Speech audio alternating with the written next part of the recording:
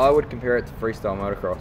I've come from racing motocross to then going to freestyle motocross, and it's very similar in the fact that you want to, myself, I'd like to stand out from the rest, and then the different drivers, the different cars, the different personalities, and they make themselves, everyone's can be a favourite in their own, the crowd come and they'll, there's different people for different techniques and stuff as well. So you have a massive variety of cars. It's not just all the same Holden, Ford or whatever, you'll have everything from screaming Mazda rotaries to V10 powered BMWs, Dodge Mopars, like anything. Like, as long as it's rear wheel drive, you can bring it to the drift event pretty much.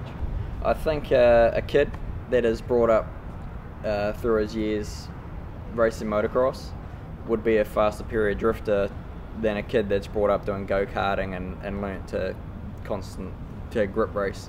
With motocross, I think the transfer with the whole weight balance, weight transfers, traction, like trying to, with motocross you're always wheel spinning, and the edge on the how much throttle you've got to be as fast as you can around that track, because we've got to keep the wheels spinning and drift. As soon as you straight line is 0 points, but you want to be fast. So I think motocross is definitely a good transfer. I jumped into a drift car and picked it up pretty quick. So and I've seen a lot of other good drifters that have come from motocross and pick it up very, very quick. Well, we start out single car runs, and the judges will score us. They'll take all the scores, and then that'll be our qualifying. So we'll have all of our scores.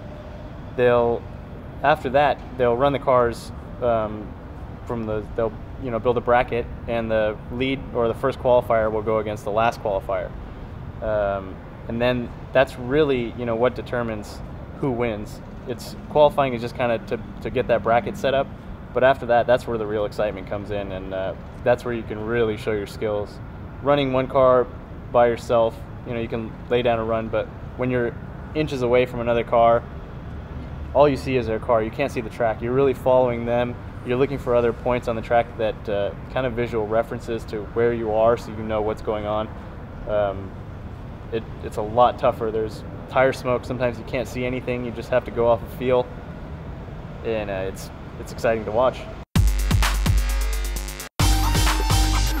Yeah, it's not exactly a race, but the lead car, his job is to run the closest to his qualifying run as possible, his best run.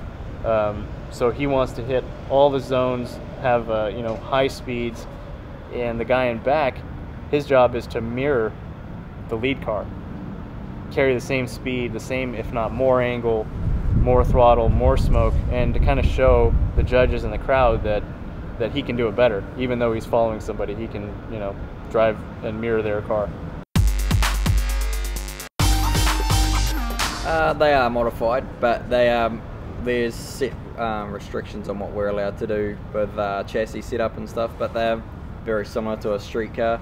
We changed the suspension, and we modified the steering just for extra steering lock, so we can get the more angle. Obviously it's one of the judging criteria, and but yeah, my car's still a street legal car that you can drive on the road.